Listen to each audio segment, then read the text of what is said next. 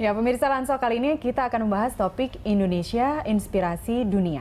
Dan bersama kita di studio telah hadir narasumber Henny Sri Sundani, pendiri dari Smart Farmer Kids in Action, dan juga Agro Edu Jampang Community, serta juga ada Muhammad Al-Fatih Timur, pendiri kitabisa.com. Sebelum kita membahas lebih lanjut, kita saksikan dulu paket berikut ini. Majalah bisnis bergengsi Forbes baru-baru ini merilis 30 anak muda Asia yang dinilai sebagai pemimpin muda yang menjanjikan, wira swastawan yang berbakat, ataupun game changer. Dari 30 orang anak muda itu, 17 diantaranya adalah anak muda Indonesia yang dinilai menginspirasi dan memberikan semangat perubahan bagi Asia dan tentunya dunia. Salah satunya adalah Henny Sri Sundani. Wanita 28 tahun ini adalah pendiri Smart Farmers Kids in Action and Agro Jampang Community di Bogor, Jawa Barat. Ia mendirikan sekolah gratis bagi anak-anak petani di daerahnya. Mantan TKW yang pernah ditipu oleh penyalur TKI di Hong Kong ini memilih mendedikasikan hidupnya untuk membantu pendidikan anak-anak di daerahnya. Dia tidak ingin anak-anak Indonesia lainnya harus bernasib sama dengan dirinya. Usaha inilah yang kemudian membuka mata dunia dan menempatkan namanya di daftar anak muda inspirasi Asia. Selain Hani, ada juga nama Muhammad Al-Fatih Timur. Pemuda berusia 24 tahun itu adalah salah satu dari pendiri laman kitabisa.com. Kitabisa.com merupakan platform yang menggalang dana secara online untuk berbagi macam-macam ide perubahan dan kebutuhan. Ide kitabisa.com sebenarnya bermula dari kegelisahan Timi tentang banyaknya gerakan sosial yang tak mampu dijalankan karena keterbatasan dana. Laman ini pun kemudian menjadi tempat bagi pengguna internet untuk berbagi dengan sesama. Masuknya 17 nama anak muda Indonesia dalam daftar pimpinan muda menjanjikan dunia ini tentu berkat kerja keras mereka masing-masing. Harapannya akan tumbuh banyak lagi pemuda Indonesia yang menyebarkan virus inspiratif ke seluruh penjuru dunia. Iya. Wow, luar biasa. Kalau lihat kita jadi tambah semangat. Benar, dan ternyata kita paling banyak loh. Ini ada 17 dibandingkan dengan negara-negara lain di Asia. Dan kita sekarang sudah bersama Henny, apa kabar? Dan juga Timi. Sebelumnya udah pernah ketemu? Baru sekarang ketemu. Tapi kenapa udah bisa seragam gini ya? Biru-biru. Ada hati. Betul, sebelumnya selamat ya kalian masuk dalam 30 Under 30 Asia. Ini pasti sangat membanggakan keluarga. Nah, ini pernah nyangka nggak sih? Atau mungkin tanggapan kalian bisa masuk dalam 30 ya? 30 Under 30 Asia ini. Mungkin Henny dulu. Aku sih nggak nyangka juga ya. Pertama, aku waktu di Hong Kong tuh tahu majalah Forbes tuh keren banget gitu kan. Nah pas kemarin dapat email gitu kan dari dari headquarters yang dari Hong Kong itu ngasih selamat gitu, malah itu bengong kapan? gitu. 2 hari yang lalu ya, 2 hari yang lalu sebelum di launch Jadi dari kantor official Forbes yang di Hong Kong? Yang di Hong Kong itu langsung kasih email dan ngasih tahu gitu, selamat katanya kamu termasuk dalam 30 under 30 di Asia. Wow, ini beneran gak sih? Beneran gitu, apa? Takutnya spam gitu kan. Terus abis gitu kan ada link tuh yang bisa kita klik. Nah pas diklik tuh ternyata ada aku di sana. Benar gitu. ya? Wah gitu kan. Fotonya benar, namanya benar. Oke. Kalau dari Timi juga seperti itu, memang kayaknya memang ini salah satu mungkin pencapaian tertinggi atau seperti apa sih masuk dalam Forbes ini? Ya 3 tahun yang lalu saya ingat banget saya sempat stalking 30 under 30 dan saya ketemu kayak role model gitu di salah satu di 30 under 30 itu. Jadi salah satu pendiri foundation di Australia itu saya mikir-mikir keren juga ya. Forbes mengklasifikasiin anak muda. Dan sekarang kamu yang masuk di situ ya? Alhamdulillah. Tapi menurut Timi dan Henny, apa sih yang membuat akhirnya Henny sama Timi masuk dalam 30 under 30 tadi? Mereka punya juri ya, dan kayaknya ada berbagai Mereka punya tim riset sendiri pasti. Mungkin dengan rekomendasi dari beberapa orang juga, cuman tuh misteri sih kita juga nggak tahu.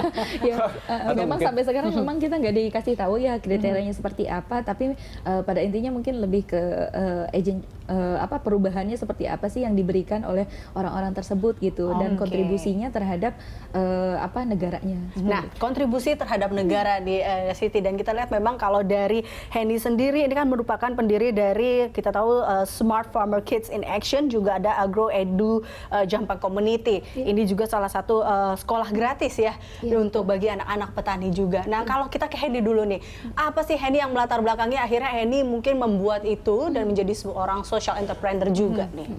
Karena memang saya berangkat sebagai anak dari buruh tani. Saya berasal dari pelosok Ciamis seperti itu. Saya membantu orang bukan karena saya punya banyak gitu, tapi karena memang saya pernah merasakan bagaimana rasanya tidak punya apa-apa. Kalau kita tahu selama ini mungkin petani aja sudah miskin gitu, image-nya melekat gitu, meskipun ada beberapa petani yang memang sudah kaya seperti itu. Tapi memang kalau apalagi buruh tani gitu, buruh tani berarti kami ini orang-orang yang berjuang untuk jadi orang miskin dong gitu. Nah seperti itu, dan saya merasakan sendiri bahwa kemiskinan itu memang seperti satu mata rantai gitu, jadi itu diturunkan turun temurun, dan saya merasakan sendiri bagaimana supaya mata rantai itu terputus. Salah satunya adalah dengan pendidikan. Dan mata rantai itu saat ini sudah terputus mulai dari Henny. Betul. Subhanallah. Nah, waktu Henny kemudian menerima email itu, apa yang kemudian disampaikan ke Bapak Ibu di Jampang mereka ya? Di Ciamis. Di Ciamis. Iya. Apa yang disampaikan dan apa komentar mereka? Saya sih hanya telepon, tanya kabar, terus alhamdulillah Mami, saya panggilnya Mami ke ibu saya. Saya dapat juara gitu dari dunia bilangnya juara ya. Juara karena memang dulu ketika saya bilang saya sarjana aja nggak ngerti gitu sarjana itu apa gitu. Taunya kalau misalkan saya bilang saya sekarang udah bisa jadi guru. Karena memang di kampung itu yang paling melekat paling guru, dokter, hal yang seperti itu gitu. Jadi ketika saya sampaikan, alhamdulillah nangis gitu. Jadi orang tua nih belum tahu apa itu Forbes? Iya. Kenapa masuk ke dalam 30 under 30 Betul, tadi? bahkan ketika saya misalkan ada di TV seperti itu juga, kan memang jarang juga ya nonton TV, lebih sering ke sawah kayak gitu. Jadi ketika bilang, saya masuk TV gitu, oh ya udah nanti lihat. Jadi ketika saya pulang, saya bawa laptop kasih lihat gitu. Oh gimana ya bisa masuk TV gitu katanya. Ini juga mungkin salah satu caranya dari Henny untuk mengubah tadi atau memutus mata rantai tadi ya, membuka kembali bahwa memang anak-anak petani juga bisa mendapatkan kehidupan yang layak ataupun pendidikan yang lebih baik, dan itu juga yang dilihat dari pengalaman Henny hingga akhirnya membuatlah sekolah gratis ini juga ya kan, yang bisa membanggakan kedua orang tuanya akhirnya sekarang. Sampai sekarang ada berapa beasiswa yang disalurkan untuk anak-anak petani? Iya, kalau beasiswa dari awal pertama kita bikin komunitas ini ada lebih dari 300 anak, tapi memang anak-anak yang ikut tergabung dalam pendidikan yang gratis ini lebih dari 1.000 anak. Wow, itu di Jawa Barat? Ini di Jawa Barat semuanya cakupannya. Oke, nah kita tahu mau nanya juga nih dari Timi seperti apa nih? Mungkin kalau lihat Timi, kalau dilihat dari Henny kan ini based on pengalaman pribadinya hingga dia bikin sekolah gratis untuk anak-anak petani. Nah, apa yang membuat kamu hingga akhirnya membuat kitabisa.com ini? Kenapa sih kamu bikin ini? Jadi waktu kuliah dulu kita sering bikin kegiatan sosial atau pengen banyak idealisme lah ya, namanya anak muda, pengen ini, pengen itu, pengen bikin perubahan, tapi nggak punya sumber daya, nggak punya sumber dana. Di sisi lain sebenarnya mungkin banyak orang di luar sana yang mau bantu, dan nggak ada wadah untuk menyalurkan secara transparan. Kadang kan kita dapat broadcast, bantu ini, saya mau donasi, uangnya kemana? Nggak transparan, nggak jelas, nggak ada story-nya. Terus nanti pas udah reportnya mana, duit gue kemarin kemana ya? Terus pada bingung gitu ya.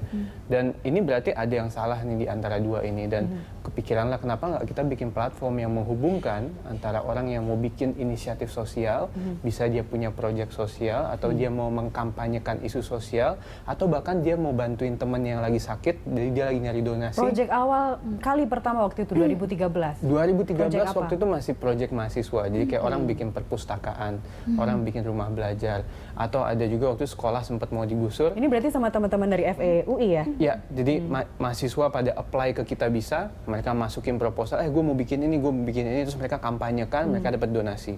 Tapi makin kesini, makin banyak yang individual.